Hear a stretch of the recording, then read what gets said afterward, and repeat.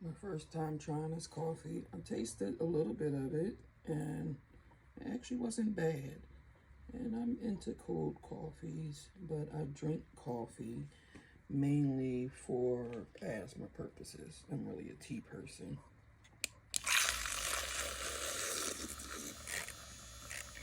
Just whipping up some heavy cream.